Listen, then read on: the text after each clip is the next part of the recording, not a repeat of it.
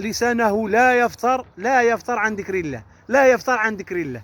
شي واحد دابا في هذا الوقت هذا كيشبان ديك الناس هادوماك والا هما قلالين بزاف، عادي يقلل من قيمه ديك السيد هذاك اولا باش يحقر ديك السيد هذاك. السيده عباد الله 70 عام، غنقولها في الاخر باش تعرفوني، 70 عام وهو كيفتح المسجد وام المسجد، وفي الآخر يزول لك المفتاح اولا ينهرك اولا يقول لك ما تأذنش اولا هادي. فهذا شيء يندى له الجبين باللغه العربيه، يندى له الجبين. وديك المسجد هذاك تاسس على اليد ديالو مع الاخوان اخرين الله يجازيهم بخير، بلا يجي للمسجد ويجبروا من السجدود ويتسنى العيال صغارين يفتحوا المسجد. صباح الخير عليكم الاخوان، نتمنى الله تكونوا مزيانين في احسن الاحوال. والله العظيم لا عليكم من الله ما تستحقون قسما بالله. بقى فيا الحال اخوتي والله العظيم، واحد السيد اللي كنعتبروا انا بالنسبه لي انا وبالنسبه للناس اللي كيقدروه، الناس اللي كيحترموه، الناس اللي كيقدروا، الناس كبارين والناس تبارك الله ما شاء الله قراو وكبروا وربوا اجيال. مش غادي نقول لك، انا نهضر في الكواليس على حسب اللي كنعرف انا. السيد الله يرحمه برحمه الله الواسعه، اللهم اغفر له وارحمه، الله يغرس عطامه في الجنه ان شاء الله. كان من اطيب خلق الله، والطريقه اللي تعاملوا معاه بها بعض الناس، انا كنهضر على بعض الناس اللي مره اخرى كنت هضرت معاهم. 70 عام هو في المسجد كيؤم الناس وكيفتح كيصلي الناس في الفجر وكيقري الناس في الجامع في المسجد وسنوات. وانا ملي كنت باقي صغير كنت كنعقل عليه بوبري، كنت كنعقل عليه كيصلي الفجر وكيجي للحانوت ديالو وراني الصوت ديال القران ديالو باقي فنين حد الان. والحومه سبحان الله العظيم كتنور بذكر الله عز وجل اللي كان كيقراه في ديك الساعات الاولى من الصباح، وديك الشيء مستمر وسنوات طوال. سبحان الله العظيم شاءت الاقدار. دابا انا مغرب كنحس بهذا الشيء هذا، وكنت كنتمنى نكون انا تما ونتلاقاه ونحضنو ونبوسلو يدو راسو، فهمتي. ولكن شاءت الاقدار ان الغربه الحمد لله، نتوما عارفين الغربه خوتي كتفرق بزاف ديال الحباب على بعضيتهم، وكيبقى فيك الحال. ولاحظت وشاهدت بأم عيني وسمعت وشفت، ولكن اخوتي لا حول ولا قوه الا بالله. هذا الفقيه هذا ديالنا مسكين، هذا الفقيه هذا ديالنا مسكين والله العظيم الا تعزينا فيه زعما الصراحه لن يغيره الزمن ولا التاريخ، لان فعلا عطى بزاف ديال الحوايج للقريه والناس ديال القريه، وبزاف ديال الناس ربوا على يدو قراو القران على يدو، وبزاف ديال الناس صلاو موراه، وبزاف ديال الناس المئات والالاف اللي سمعوا الاذان ديالو كل يوم سبحان الله العظيم كيأذن بالناس عز الله يرحمه برحمه الله. ولو دعاء بسيط في نهار الجمعه ينوض الامام اولا اللي كيقوم يكون شكون ما كان، عملوا له عي دعاء. الانسان اللي كيموت كيبقى له عيد دعاء. شنو كيبقى للانسان؟ كيبقى له لا مال لا صحه لا جاه لا حتى شي حاجه، كيبقى له صدقه جاريه ينتفع بها، ولد صالح يدعو له، والدعاء هو اللي كيبقى له صافي، ما كيبقى له حتى شي حاجه باش ننفعوا بها من غير الدعاء والصدقه. هاد الزمان هذا رجع بالمقلوب يا اخور، كيموت كنساواه، ما كنفضلوا كنساو الجميل ديالو.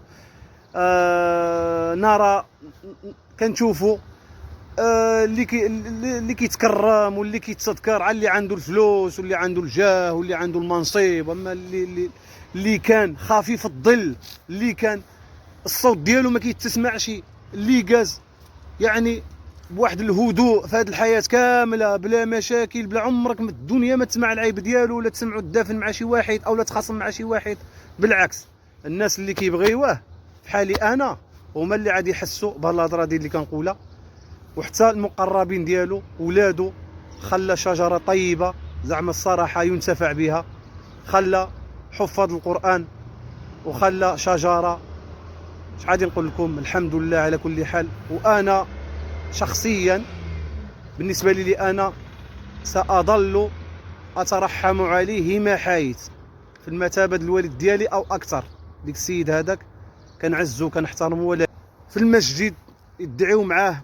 انا كنهضر جماعه الحمد لله، الناس كتدعي معاه، الناس كتبغيه، ولكن مجرد معامله ومجرد لوجيست ومجرد حركه بسيطه اللي يقدر تخفف على العائله ديالو، على وليداتو مثلا، يشوفوا الوالد ديالهم افنى عمره وشبابه في سبيل دولادو سبحان الله العظيم، وفي سبيل بيت الله عز وجل. كان خير حفاظ، خير محفظين للقرآن. وسبحان الله العظيم، اللهم لك الحمد اخوتي. اقسم بالله العلي العظيم كنحس بان ديك السيد هذاك كنفرح له، والله العظيم كنفرح له، لان خلى موراه واحد الحاجه اللي ينتفع بها الحمد لله. ولد صالح يدعو له، الحمد لله عنده الابناء ديالو صالحين. صدقه جاريه خلاها موراه، وعلم ينتفع به، الحمد لله. هادشي هذا خلاه. ولهذا الرساله وصلت اخوتي. وهذه الساعه الصباح شوف الربيع مقرزص، عملت هذا الفيديو هذا. اي واحد عندكم عزيز الاخوان تجبروا بزاف الناس غيقولوا هذا الفيديو هذا شنو عنده العلاقه، ولكن هذا الفيديو هذا عملته تكريما وعرفانا لجميل السي عبد السلام الوهابي رحمه الله واسكنه فسيح جناته. نتمنى الرساله توصل، واللي عنده شي واحد عزيز الله يخليه له، واللي عنده شي واحد خلى واحد الاثر في حياته وخلى وشفتو شي واحد قصر فيه وعنده الجرأه باش يظهر هيدا ويعمل فيديو ويبلغ الناس الرساله، فليعمل عملا صالحا. تحياتي الناس اللي تعاملوا والناس اللي قدروا الاشياخ والعلماء. فانا كنعتبر ديك السيد هرم وشيخ وعلامه، والسيد كيبطل وسبحان الله العظيم عنده رزقه عمره ما مد يدو لشي واحد، وعفيف وشريف وفيه البركه. ينزل يدك عليك كيجيب الله التيسير باذن الله السميع العليم، ان لسانه لا يفتر عن ذكر الله، لا يفتر عن ذكر الله. جيب لي شي واحد دابا في هذا الوقت هذا كيشبان ديك الناس هذوماك، والا هما قلالين بزاف. جيب لي شي واحد اخر ما كيعرفش تيقرا، اولا ما كيعرفش حتى يتوضو، اولا ما كيعرفش حتى هادي باش يقدر مثلا عادي يقلل من قيمه ديك السيد هذاك، اولا باش يحقر ديك السيد هذاك. السيدات عباد الله 70 عام، غنقولها في الاخر باش تعرفوني، 70 عام وهو كيفتح المسجد وام المسجد، وفي الاخر كتجبر بعض البراهش لا علاقه لا بالدين ولا بالاسلام ولا ببراخر، يزول لك المفتاح اولا ينهرك اولا يقول لك ما تأذنش اولا هادي. فهذا شيء يندى له الجبين باللغه العربيه، يندى له الجبين.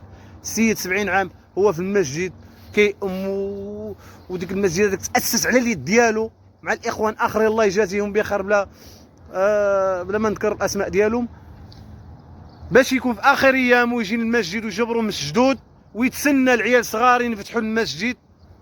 فهذا منكر، والله هذا منكر.